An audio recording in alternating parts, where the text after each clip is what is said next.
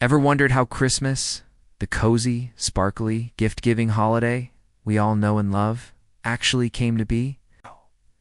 Its story is way more wild and fascinating than you might think. It's a tale that stretches back thousands of years, weaving through ancient pagan festivals, Roman emperors, and even a bit of Victorian marketing genius. So grab a cup of hot cocoa, get comfy, and let's unwrap the true history of Christmas. Long before anyone had heard of Santa Claus or decorated a fir tree, people in the northern hemisphere were celebrating the winter solstice. This is the shortest day of the year, usually around December 21st or 22nd. For ancient cultures, this was a huge deal.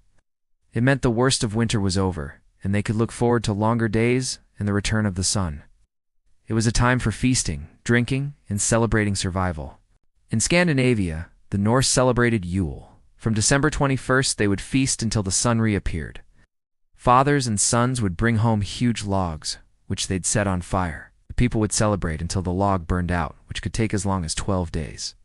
The Norse believed that each spark from the fire represented a new pig or calf that would be born during the coming year. This celebration of light and life in the darkest days of winter is a theme we see again and again. Meanwhile, in the Roman Empire, the end of the year was party central. They had a festival called Saturnalia, a week-long blowout in honor of Saturn, the god of agriculture. It was a time when social norms were completely turned upside down. Work and business came to a halt. Schools were closed.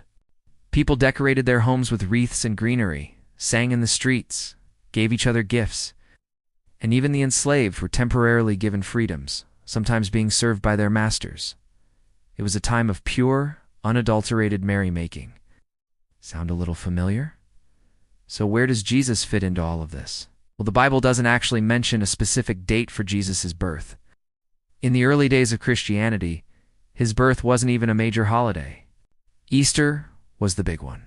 It was until the 4th century that the church officially decided to recognize Jesus' birthday with a holiday of its own. Pope Julius I is the one who chose December 25th. Why that date? One popular idea is that the church wanted to absorb and replace the popular pagan festivals like Saturnalia. If people were already celebrating at that time of year, why not give them a new Christian reason to celebrate? It was a clever way to make Christianity more familiar and appealing to a wider audience. This strategy is called enculturation, adapting the new faith to the existing culture. So, the joy, feasting, and gift-giving of Saturnalia were simply recontextualized for Christmas. For centuries, Christmas was celebrated, but it was a pretty rowdy, carnival-like affair, much like its pagan predecessors. Think big public parties, drinking, and feasting. But all that changed in the 17th century, particularly in Protestant areas. In England, under the puritanical rule of Oliver Cromwell, Christmas was actually banned in 1647. The Puritans saw it as a decadent, pagan-influenced holiday with no basis in the Bible. They believed days should be spent in sober reflection, not in wasteful partying. For over a decade, celebrating Christmas could get you in serious trouble. The holiday made a comeback when the monarchy was restored, but it never quite regained its old wild spirit. In fact, by the early 19th century, Christmas had become a bit of an afterthought in many places, especially in America, where the Puritans' influence lingered. So how did we get from a banned holiday to the family-centric celebration we have today? We have to thank the Victorians, and specifically two key figures, Queen Victoria and Charles Dickens. In 1848, the London Illustrated News published a drawing of Queen Victoria, her German husband, Prince Albert, and their children standing around a decorated fir tree at Windsor Castle. This single image was a game-changer. The German tradition of bringing an evergreen tree indoors and decorating it suddenly became the height of fashion in Britain and America. The Christmas tree, a symbol of everlasting life in the dead of winter, became the centerpiece of the holiday. Then there was Charles Dickens. His 1843 novella, A Christmas Carol, was a smash hit. The story of Ebenezer Scrooge's transformation didn't just entertain people, it profoundly reshaped how they thought about Christmas. It painted a picture of the holiday as a time for family, charity, goodwill, and reflection.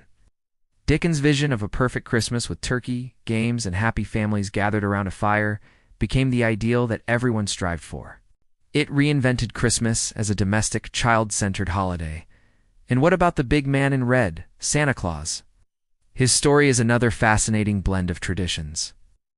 The original figure was Saint Nicholas, a 4th-century Christian bishop from Myra, in modern-day Turkey. He was known for his piety and kindness, and legends grew about his generosity, especially his habit of secretly giving gifts. This legend traveled through Europe, where he was known as Sinterklaas in the Netherlands. Dutch immigrants brought the tradition of Sinterklaas to America in the 17th century. Over time, his name was anglicized to Santa Claus, but the jolly, overweight, white-bearded Santa we know today was largely the creation of 19th-century American writers and artists. In 1823, the poem A Visit from St. Nicholas, better known as "'Twas the Night Before Christmas," gave us the flying reindeer and the chimney-diving sleigh. The author, Clement Clarke Moore, depicted him as a cheerful, plump elf. Then, in the 1880s, cartoonist Thomas Nast drew a series of illustrations for Harper's Weekly that cemented Santa's image. Nast gave him the North Pole Workshop, the list of naughty and nice children, and the iconic red suit. Although it was Coca-Cola's advertising campaigns in the 1930s that really standardized the cheerful, rosy-cheeked Santa image that has since been exported all over the world. So, when you're hanging ornaments on your tree, singing carols, or waiting for Santa, you're taking part in traditions that are a rich tapestry of history. It's a holiday that has evolved from a pagan celebration of the sun's return, to a wild Roman festival, to a solemn religious observance, a band holiday, and finally, a cozy family celebration shaped by queens, authors, and advertisers. The history of Christmas shows us how traditions can adapt, borrow, and transform over time.